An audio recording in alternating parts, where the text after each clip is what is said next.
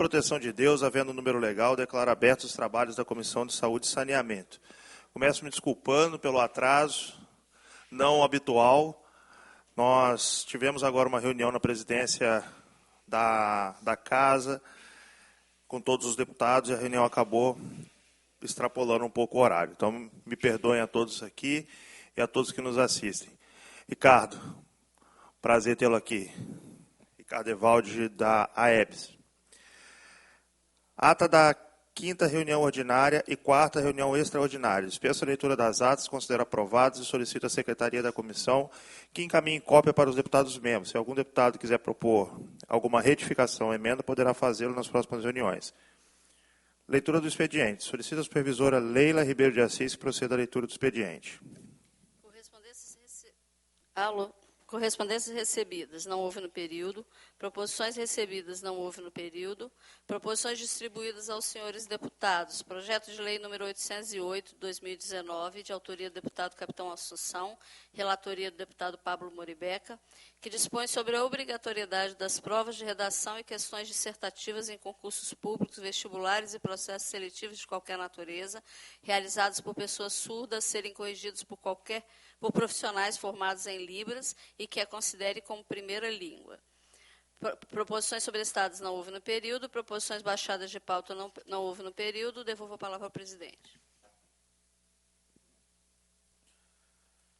Pela falta de quórum até aqui, eu vou omitir a ordem do dia e vamos passar direto para a nossa convidada Rosiane. A Comissão de Saúde hoje recebe a visita da senhora Rosiane Pereira, sócia dessa comissão, presidente da Associação dos Hemofílicos do Espírito Santo, para discorrer sobre o tema As demandas dos hemofílicos no Estado, leis de conscientização, carteira de identificação, linha de cuidado, descentralização do tratamento, educação continuada para todos os profissionais. Rosiane, com a palavra.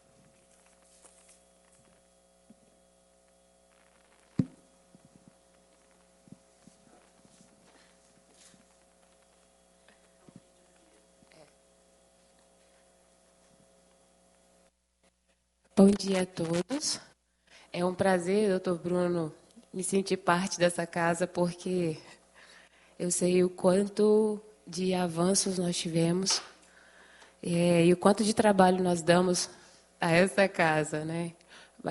Vamos passar o videozinho sobre a conscientização. A gente vai falar nesse vídeo um pouquinho do que é a hemofilia na vida do paciente.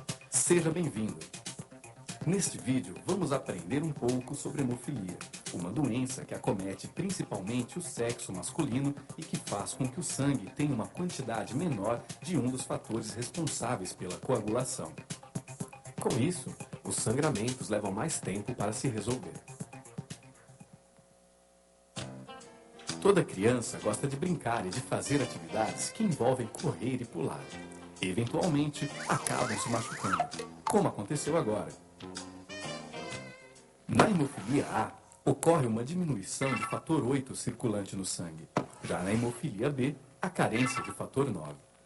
Nos ferimentos, ou sempre que algum vaso por onde passa o sangue se rompe, diferentes elementos do sangue se unem para formar o coágulo que vai estancar o sangramento.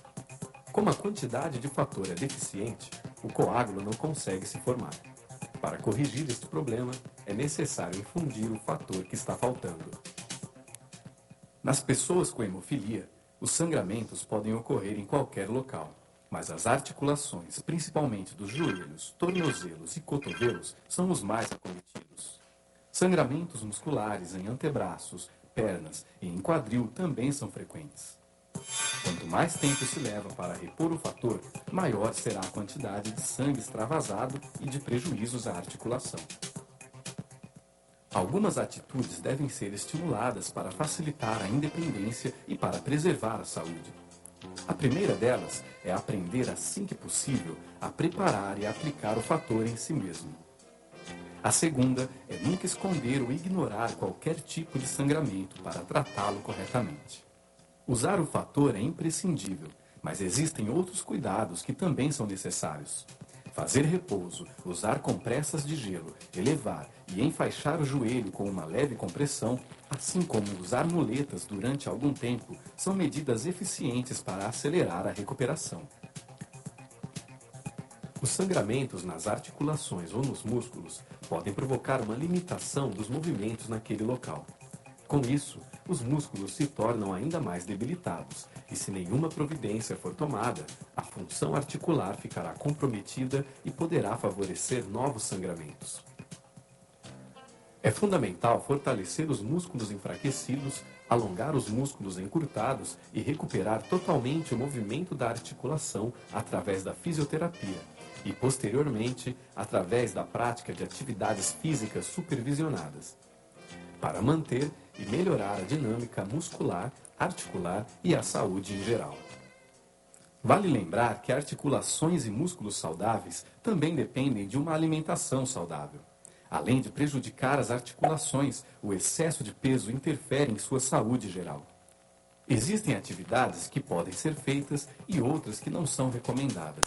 Evitar atividades que possam causar traumas diretos ou impactos articulares intensos e utilizar equipamentos de segurança sempre que necessário é uma atitude inteligente. O educador físico que é informado sobre a hemofilia tem a possibilidade de escolher e adaptar as atividades a serem desenvolvidas, de maneira que a criança com hemofilia também possa participar das aulas juntamente com seus colegas. Portanto, pense nisso. Faça escolhas saudáveis. Seu corpo e sua mente agradecerão.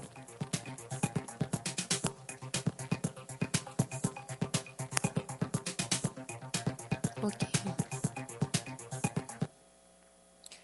Bom, aqui eu quis deixar um pouquinho claro, né, que existem já protocolos já para trazer qualidade de vida para o paciente, e o protocolo, um deles é a reposição de fator, e outro é ter uma equipe que faça os cuidados adequados para o paciente.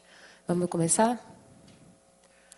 Bom, esse é um mês muito importante para todas as pessoas que têm deficiência de coagulação. Esse é o mês onde que nós conseguimos falar mais sobre o problema.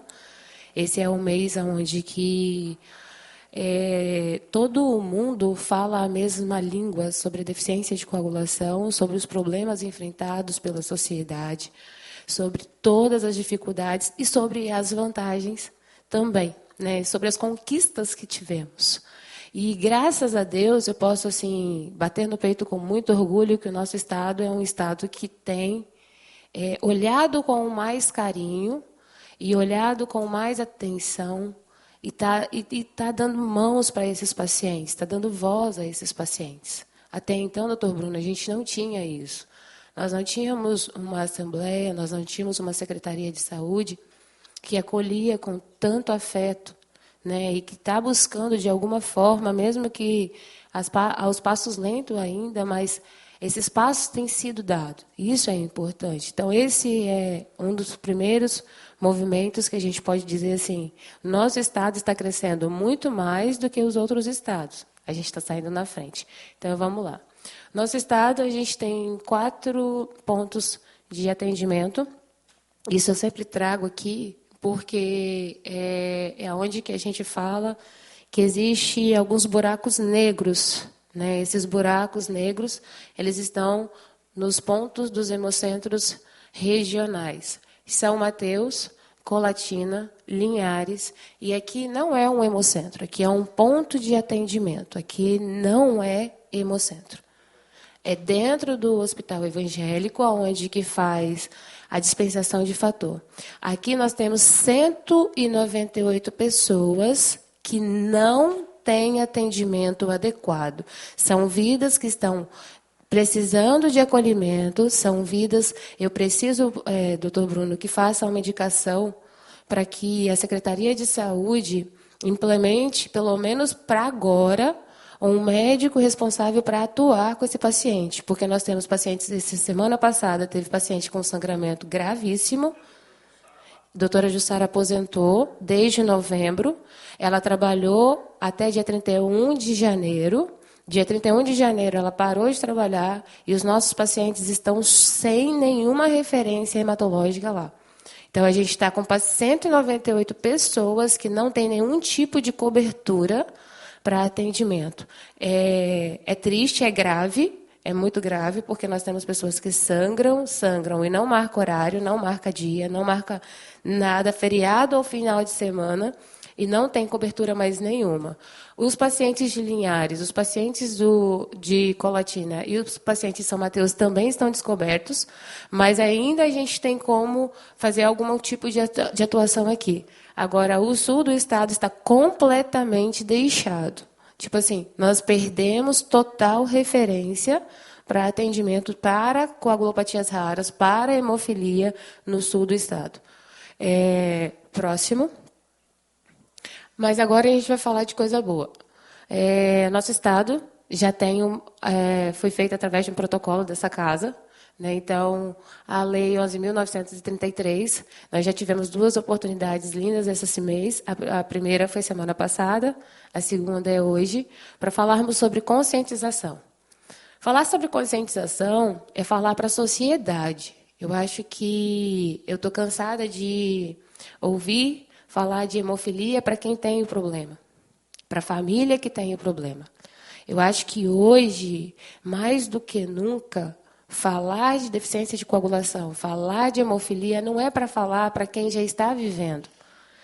Falar de deficiência de coagulação é para quem não conhece, é para aquele que está longe desse problema.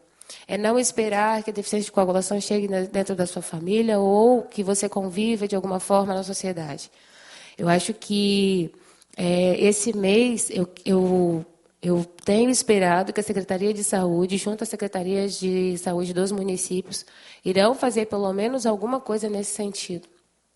Não é esperar que o hemocentro coordenador ou algo nesse sentido. A gente precisa produzir campanhas específicas que tragam esse conhecimento. É falar para os médicos, porque, doutor Bruno, tem médico que não conhece, que o paciente chega à sua mesa e vai procurar no Google, ou vai procurar no livrinho que está lá na sua mesa, como atender o paciente hemofílico, como fazer para atender, qual é a medicação, qual a dosagem. Ninguém conhece. Então, como que vai cuidar se não conhece? Não vai cuidar. Esse paciente vai ficar com algum tipo de sequela porque o profissional simplesmente não conhece e ele recusa atendimento. Nós tivemos vários pacientes. Então, esse mês, eu agradeço muito à casa por ter promovido essa lei. É uma lei que eu entendo que vai trazer, com o decorrer do tempo, qualidade para os pacientes que estão aqui. Hoje nós temos 1.027 pessoas aqui no estado, nós temos migrantes aqui para o estado, né? Nós temos natalidade, nós temos migrantes. E esse ano nós tivemos 2 perdas que me doem muito, mas eu prometo que eu não vou chorar em falar deles. A gente tem como lembrar desse paciente e entender que ainda há falhas, e falhas que levaram a 2 óbitos. Então, tipo assim, nós precisamos enxergar o paciente onde ele está, com as dificuldades que eles têm, não culpar o paciente. Na maioria das vezes eu vejo falas de culpa do paciente, culpando o paciente, porque a Secretaria de Saúde, junto ao hemocentro coordenador, não tem perna suficiente para fazer contratação. Então, tipo assim, não tem hemato? Temos hemato. O salário que a Secretaria de Saúde paga é muito baixo, R$ 3.400 para um hemato, trabalhar 20 horas dentro de um hemocentro. E não é só o atendimento ao paciente, ele fica responsável por toda uma gama de situações dentro do hemocentro. Eu fui atrás de entender por que ninguém quer ser contratado. Por R$ 3.200, R$ 400 fica muito difícil. Né? Então, assim, se existe ganchos que está trazendo dificuldade, é exatamente essa questão, a questão salarial. É uma das coisas que não traz esse desejo para o profissional estar ali. Né? Então, vamos lá, próximo. Aqui, eu acho que a gente também fica feliz de trazer essa notícia. A gente está com o projeto de lei da carteirinha do hemofílico. Assim que ele sair, vai trazer mais agilidade no procedimento de logística, na questão da urgência e emergência, porque assim aquela pessoa que pegar aquela carteirinha vai entender que aquele paciente é um paciente específico, que ele vai precisar de acolhimento de verdade, né, para dentro daquela circunstância. Então, ele não vai ficar lá com a pulseirinha verde, ele já vai para a pulseirinha vermelha, ele vai ter qualidade no processo de atendimento e vai ter referência no protocolo. Então, doutor Bruno, mais uma vez, muito obrigada por essa ajuda maior ainda ao paciente. Próximo. Aqui é o processo de indicação para a questão dos 5 tipos de especialidades que nós pedimos, né? Que o doutor Bruno prontamente mandou para o Casagrande. Muito obrigada mais uma vez.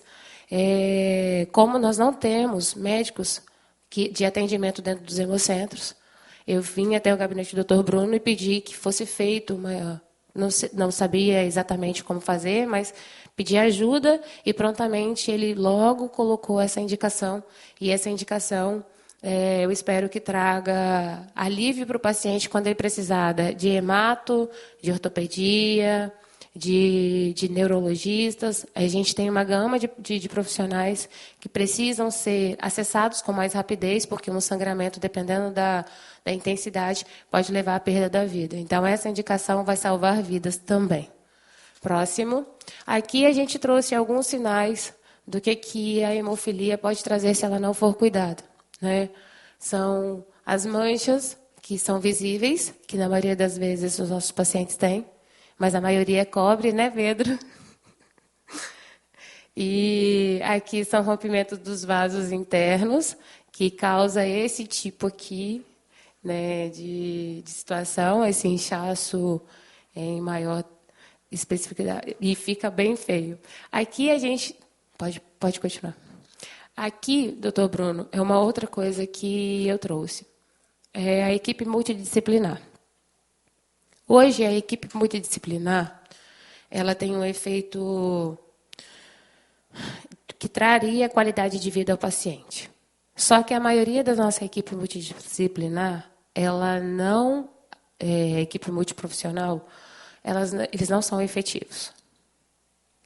Nós temos uma enfermeira dentro do Hemocentro que trabalha de 2 em 2 anos. Então, a cada 2 anos, se a criança começou a desenvolver um vínculo, vamos pensar assim. Então, a criança começou a cada 3 dias da semana, a criança vai lá para fazer o fator.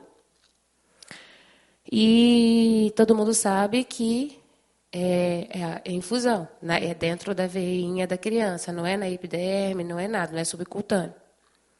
E aí tem todo um trabalho que a enfermeira vai fazendo, de acolhimento, a mãezinha vai criando um vínculo também com aquela equipe. E aí, quando fim dos 2 anos, troca. E aí volta aquele trabalhão todo. A equipe simplesmente vai perder aquela pessoa que já criou o vínculo e vai trazer uma dificuldade de novo. Vai pegar novamente aquele profissional não conhece exatamente o que é hemofilia, na maioria das vezes. Os profissionais que vão para trabalhar não conhecem o que é hemofilia, não sabe exatamente como cuidar, então ele vai passar por um processo de capacitação, ele vai começar a se adequar, ali ele vai começar a entender e, com isso, o acolhimento vai ser demorado de novo, a gente vai ter perdas, porque o paciente pequenininho ele não vai entender que a tia que estava ali teve que ser trocada porque ela não é efetiva. Todos os hemonúcleos. A gente está com muitos problemas nessa questão. E então, eu acho que quando nós tivermos uma equipe totalmente efetiva, a gente só vai perder quando eles aposentar. A gente só vai ter que pensar nessa troca o dia que eles, assim, aposentou, perdemos. Aí a gente vai fazer de novo. Né? Então, eu acho que quando a gente fala nessas faces de equipe, a gente tem que pensar que essa equipe, como a gente vai tratar de crônico, ela precisa ser efetiva. Próximo. A gente volta nessa tecla. Eu acho que eu já fiz umas 6 reuniões nessa casa. Com o doutor Bruno, acho que são 5. Eu também já perdi as contas. E todas as vezes que eu venho aqui, eu sempre falo nessa mesma situação. descentralização. Todas as vezes que a gente fala de descentralização, a gente está falando de qualidade de vida de quem está no interior do Estado. A gente está falando que a gente sente que quem está fora da metropolitana não tem o acolhimento devido, não tem o tratamento, que ele se sinta parte do tratamento. A gente fala que esse paciente ele está precisando ser visualizado de verdade, porque vamos pensar o seguinte: o paciente está lá em Barra de São Francisco, ele tem um sangramento lá em Barra de São Francisco, um sangramento grave no joelho, ele vai ter que sair de lá para vir aqui no Hemocentro Coordenador, para passar para a doutora Alessandra ou para a doutora Juliana um problema, para ela fazer a medicação. Sendo que ele tem o Hemocentro de São Mateus, o Hemocentro de Colatina, o Hemocentro de Linhares, que é muito mais perto. Se nós tivermos uma equipe de um hemato e uma enfermeira específica para atendimento dos nossos pacientes lá, primeiro, o município e o Estado já vai ganhar, vai diminuir o custo. Nós não vamos precisar desse paciente sentir tanta dor de lá até aqui a Vitória, e aí a gente vai pensar na logística. É uma emergência.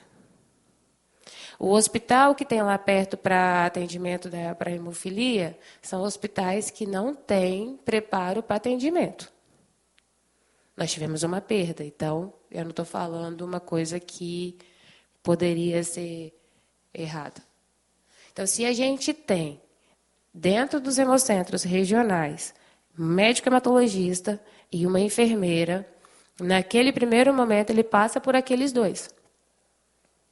A hematologista vai olhar, vai fazer a avaliação, vai determinar a quantidade de fator de intercorrência, ela vai fazer o acolhimento devido. Agora você vai precisar de ir para o Hemocentro de Vitória, a gente vai fazer a primeira medicação, vai fazer a primeira parte, e aí depois, quando você já estiver melhor, você vai para o Hemocentro de Vitória para passar uma ultrassom para a gente ver como é que realmente a sua articulação ficou. Você vai precisar de passar por uma outra especialidade que talvez esse sangramento tenha trazido uma perda já. Então a gente está perdendo qualidade de vida e está levando esse paciente a passos largos para uma necessidade de prótese porque não está fazendo a primeira base, a primeira atenção. Então, se a gente não quer paciente na mesa cirúrgica para cirurgias de prótese ou para sequelas graves que traga peso para o Estado para pagar todo mês um BPC, um LOA, sabe Deus o quê, porque esses pacientes são pessoas que podem sim produzir. Só que eles precisam primeiro ter saúde. Para eles terem saúde, o Estado tem que se responsabilizar dentro da base que eles precisam. E eu conto com essa casa mais uma vez para essa questão. Então, eu acho que se nós tivermos isso aqui, já é uma fatia grande de qualidade para o paciente. Próximo. O que ainda nós precisamos? Que a linha de cuidado para as pessoas com deficiência de coagulação seja publicada. Esta demora pode trazer grandes prejuízos na vida do paciente. Quais são os prejuízos? O que nós tivemos no início do ano. Porque o hospital regulado, que não era documentado, não tinha nenhum tipo de situação, ele simplesmente não atendeu o paciente, nem fez o fator. Tinha fator? Tinha. Mas não tinha nada ali perfilizado, não tinha nenhum tipo de regulação pronta. Então, tipo assim, não é minha responsabilidade, não estava documentado. Onde que está o acolhimento desse paciente? Então, se a linha de cuidado ela for publicada, ela for regular, nós tivemos hospitais regulados, nós tivemos hospitais regularizados, se já tiver tudo lá documentado, perfilizado, a gente vai ter ganho, porque numa questão de urgência, nosso paciente simplesmente caiu da cama, gente. Uma queda da cama levou a um óbito. Você imagina um outro tipo de acidente com um pouco mais coisas graves, esse paciente, quantos pacientes a gente vai ter que perder? A linha de cuidado, ela salva vidas, porque se nós temos todo um protocolo pronto, isso vai trazer qualidade. Próxima. Aí a gente já vai falar o que os pacientes esperam. As novas terapias subcutâneas é uma das coisas, né, Pedro? Esse negócio de perfurar toda semana, 2 vezes na semana, 7 dias na semana, quando tem sangramento, não é legal. E as novas terapias, novas drogas, hoje, elas são subcutâneas, a maioria. Isso, a gente tem medicações de longa duração que já foi aprovada pela Conitec, porém o governo federal ainda não deliberou o protocolo de compra. E que os pacientes também buscam é fazer parte da decisão do tratamento, que eles também sejam o núcleo daquela conversa, onde que os profissionais estão ali decidindo como vão ser feito, o protocolo, que eles sejam consultados, se eles também concordam. Porque, na maioria das vezes, a sensibilidade do profissional de chegar para o paciente e explicar, você está tendo sangramentos com proporção que você já faz fator, você já faz reposição de fator, mas a gente está percebendo que isso não está te protegendo o suficiente, a gente está percebendo que existe uma logística que pode ser diferente, existem tais e tais passos que podem ser dados, mas a gente quer saber se você tem uma outra opção, se talvez alguma coisa que está acontecendo que você ainda não nos contou, está agora, vamos sentar aqui à mesa. Então, às vezes, o paciente fazendo parte do tratamento e das decisões de como vai ser esse tratamento, isso vai trazer diferença. Isso vai fazer com que o paciente entenda todo o percurso que ele está vivendo. Porque chegar no hemocentro, o profissional passar uma receita, encaminhar para a farmácia te entrega uma bolsa cheinha de medicação, você vai para casa. Você vai fazer aquilo meio que robótico. Uma hora você vai falar, isso não está funcionando, eu não vou fazer. Porque aquilo ali é 3 vezes na semana, 2 vezes na semana, 7 dias na semana. E se estiver sangrando, ele vai falar, bom, eu não estou entendendo, continuo tendo dor, continuo tendo dificuldades. Não vai continuar. Então, é onde que a gente tem muitas perdas. Então, se o paciente fizer parte das decisões, da tomada de decisão, eu acho que nós vamos ter uma qualidade de vida muito melhor. E as novas drogas, elas já estão aprovadas. A gente tem drogas específicas que vai fazer com que o paciente não tenha tantos sangramentos. A gente já tem para crianças de até 5 anos, salvo me engano. E dentro dessa base, nós temos um paciente chamado Atos aqui no estado. O testemunho da mãe é algo assim que deixou a gente extremamente comovido. Ele nasceu. Com 4 dias, eles fizeram aquela injeçãozinha, ele começou a sangrar dentro do hospital, ninguém fez a sugestão que ele poderia ser hemofílico. Eles tiveram que levar ele para uma cirurgia, cortaram a mãozinha dele porque deu um grande coágulo dentro da mão. O médico disse que ele poderia perder a mão, isso com 15 dias de vida. Quando fizeram o processo cirúrgico, decidiram que não iriam amputar a mãozinha, ia deixar a mãozinha. Continuaram sem fazer a suspeita que ele tinha uma deficiência de coagulação. Mandaram ele embora para casa. Depois de algum tempo que fizeram uma sugestão que ele poderia ter uma deficiência de coagulação. Essa criança começou a fazer a medicação, teve inibidor, que é o corpo reagindo contra a medicação. Essa criança passou de 1 ano até 6 anos dentro de hospital diariamente. E aí a medicação que eles começaram a usar, que é o Hemocisinab, né, que é a medicação que hoje o governo federal compra, trouxe para ele uma qualidade de vida específica. Ele parou os sangramentos. Hoje a mãe consegue levar ele à praia. Essa semana mesmo ela fez alguns videozinhos publicando. E a criança está ali, viva e feliz. E, assim, o único relato que a mãezinha fala, a única sequela que meu filho ficou foi com a cirurgia, com a marca da cirurgia. É isso que a gente quer. Que eles tenham vida, que eles sejam felizes, que eles possam se produzir, que eles possam fazer real, que eles possam ter uma vida plena, que eles possam se sentir parte de uma sociedade sem limitações. É por isso que eu uso muito essa casa, é por isso que eu perturbo o doutor Bruno diariamente, por isso que eu não paro de ligar para cá, porque se situação que pode fazer com que eles não tenham que sentir dor, que eles não tenham que ter sangramento, por que optar por outro lado? Por que deixar dentro de um hospital? Por que ter que falar de prótese? Tudo bem, nós já temos as próteses, mas por que usar prótese se a gente tem uma opção de não usar? Né? Então, próximo. É isso. O SUS existe. O SUS é bom desde que nós acessamos os lugares certos.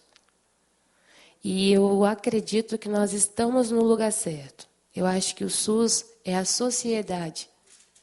O SUS somos nós, todos os dias, levantando e tendo certeza que nós podemos fazer um pouquinho assim de diferença na vida dos outros.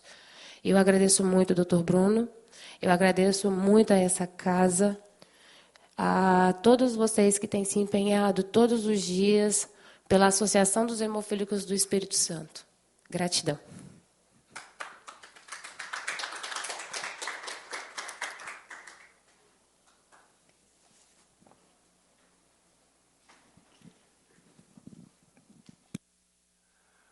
Bom, a Rosiane, a batalha dela é longa, uma batalha de muitos anos, e quando eu assumi o mandato e a presidência da Comissão de Saúde, foi uma das primeiras pessoas que bateram na nossa porta. E nós avançamos. Naturalmente que a estrada é longa, mas nós avançamos e não paramos de caminhar adiante. A linha de cuidado está praticamente pronta. Nós precisamos checar se ela realmente não foi publicada ainda. Se não foi, a informação é que ela já está praticamente definida. Precisamos cobrar mais uma vez da Secretaria de Saúde, que se ela está pronta, pode ser publicada, e se for publicada, não tem por que não ser seguida, né? Então, a perfilização ela é importante para a gente poder aumentar a qualidade de tratamento especializado para esse paciente, que tem as suas particularidades, e quando cai em mãos inábeis para aquela situação, pode acontecer o que aconteceu com essas duas vidas perdidas, infelizmente. Então, a gente quer aumentar essa qualificação dentro da rede, e o secretário já está amplamente ciente disso. Nós fizemos um debate também na prestação de contas do último quadrimestre do ano passado. Miguel e a Rosiane conseguiu expor tudo isso também diretamente para o secretário e para os subsecretários que estavam presentes, e o compromisso é de fazer essa publicação e a perfilização. Eu não sabia dessa falta de médico em Cachoeiro. Eu não sabia realmente que a Jussara, minha colega, uma pessoa muito querida, tinha aposentado. Aposentou em novembro, você está me dando essa informação. Nós temos que buscar essa substituição, então, da Jussara, para que não fique esse ato de atendimento lá em Cachoeiro, né? Eu queria agradecer aqui a presença da Maria Lúcia, que é professora e presidente de honra da Associação dos Hemofílicos, muito obrigado. Ao Pedro Henrique, que é estudante universitário e hemofílico, muito obrigado, Pedro. O Tenório Melo, que está sempre aqui conosco, já é também sócio aqui da Comissão de Saúde, muito obrigado, Tenório. Ricardo Evaldi, que estava por aí, acho que se deu uma saída, que é diretor da EBS. A Rosiane, que acabou de nos falar. E a Maria Júlia Alves Batista, muito obrigado pela presença. Ela que representa aqui a Roche. Vou conferir a palavra ao deputado Zé Preto para fazer considerações sobre o tema, Zé. Bom dia a todos. Cumprimentar meu amigo Bruno. Isso é uma pauta, eu peguei pela metade, pedi desculpa a vocês, porque peguei um trânsito ali na subidinha da ponte ali pela 101, então acabou atrasando muito. Mas, assim, é uma pauta importante. Eu tenho um sobrinho, Bruno, que quase morreu com isso. Fui fazer uma cirurgia de carne no nariz, e foi uma complicação dentro do hospital. Nós achamos que ia perder ele. Graças a Deus veio o socorro, mas foi um negócio complicado. A pessoa acha que não é uma coisa simples. E tem muita gente que não sabe que tem isso, né? Aí tem um acidente, tem um corte, alguma coisa, e acaba depois descobrindo na hora. Meu sobrinho foi descobriu depois que fez a cirurgia. Mas foi para parar na UTI, o negócio não entancava sangramento, mas graças a Deus resolveu. Mas uma pauta que tem que ser olhada com carinho, que salva a vida. Então, está de parabéns a doutora Rosiane por trazer essa pauta e cobrar nós, né, Bruno? Que o nosso dever é cobrar o secretário, cobrar o governador. Então, está de parabéns e pedir desculpa por ter chegado atrasado, Bruno, que é uma alegria eu vir aqui todo dia que tem a sessão, mas é porque hoje acabou, peguei um trânsito, peguei uma simples batida ali e acabei chegando atrasado, então por isso peço desculpa. Vou conferir a palavra ao público. Alguém que deseja falar, se pronunciar, por favor. Meu nome é Maria Lúcia e eu venho lutando com a Associação dos Hemofílicos há muitos anos. De 87 para cá, a gente sentiu que evoluiu muito o tratamento dos hemofílicos. E hoje, eu acho que junto a essa casa, a nossa associação está conseguindo mais benefícios para os pacientes. E eu acho isso muito importante. Infelizmente, nós temos ainda uma dificuldade grande com os médicos e os enfermeiros. Assim, quando a gente é um pouco mais esclarecido, a gente consegue as coisas assim, através dos médicos, de orientação e tal, e de brigas, né? Porque, mesmo assim, tem médicos que querem fazer do jeito deles e a gente tem que falar, não, doutor, não é assim. Então, eles acham que a gente está atropelando. Agora, com as pessoas humildes, eu vejo que eles chegam e os médicos, não, nós vamos fazer assim. E eles ficam sem voz, porque são as pessoas muito humildes do interior que pedem, não, mas não é assim. É assado, mas aí os médicos não reconhecem que eles também não sabem. Eles não dão um braço a torcer, a maioria. É raro um médico que fala, quando chega para você e fala, eu não tenho conhecimento sobre isso. Nós sofremos um acidente há uns anos atrás e, quando nós fomos para o hospital, fomos atendidos por um médico, falou, eu estou me aposentando, mas eu nunca vi um hemofílico na minha vida. O que eu faço? Ah, não, toma aqui, fala com a médica dele. Ué. Você vai se orientar com a médica dele. A médica dele fala assim, tem que fazer uma tomografia. Não, a radiografia, doutora, resolve. Não, senhor, tem que fazer tal exame. Então, ficou os dois, assim, um tempão discutindo, que ele falava assim, não, mas eu sou médico, eu sei que tem que fazer um raio-x, resolve. Não, ele é hemofílico, eu não quero raio-x. Raio-x não vai mostrar isso. Raio-x vai mostrar osso quebrado. Não vai mostrar se nesse osso tem sangramento.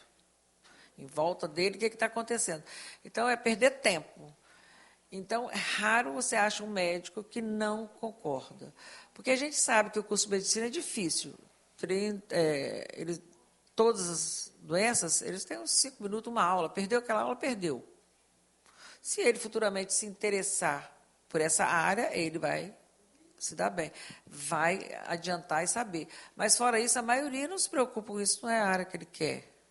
Então, é um leigo igual nós, igual qualquer pessoa.